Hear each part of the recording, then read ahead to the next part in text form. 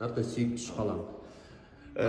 Туған жеріміз Батыс Қазақстан облысының орталығы Орал, Алматы, студенттік шағын өткен және қазір тұрақтап тұрып жатқан Астана. Семей, Алматы.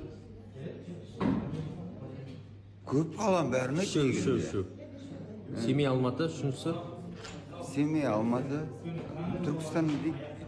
Алматы, Астана, Қарағанды. Көкшетау, Астана, Алматы. Мен үшін Қарағанды, Астана, Алматы.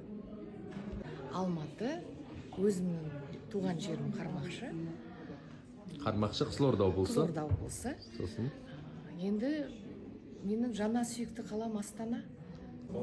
Түркістан, Шымкент, Алматы. Ең бірінші Тараз, содан кейін Астана и Алматы. Ең керемет қалаларым кеше ғана келдім Шымкент. Барлық жағдай жасалынған, ауа райы да, табиғатта, халқы да шырайлы Шымкент. Екінші, үшінші қала? Екінші Астана, үшінші Алматы, бұрын біз оқыдық қой сонда. Алматы, Астана, Тараз. Рахмет. Ең бірінші қасиетті қала Түркістан, екінші өзім өскен Алматы, үшіншісі Астана. Алматы, Астана, Шалқар қаласы. Алматы, Астана, Орал.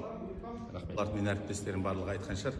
Өскен қаламызды, туған қаламызды, мен саяси қызметімізге сай, мен ойымша Қазақстандағы ең жағдай қиындау қалаларды атау керек сияқты. Ол Арқалық, ол Кентау және ол Жаңатас.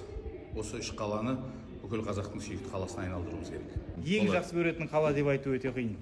Барлық қалалар өз орындары ерекше ғой әрқайсысының.